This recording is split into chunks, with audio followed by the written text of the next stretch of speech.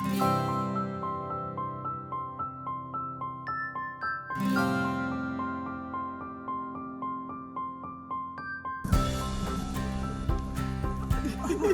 তুষারের মধ্যে খেলায় মত্ত বিশাল আকৃতির যমজ পান্ডা ঝিসি ও ঝিমা। তুষারপাতের মধ্যেই কখনো গড়াগড়ি, কখনো স্লাইডিং, কখনো দোল খেয়ে উপভোগ করছে পান্ডা দুটি।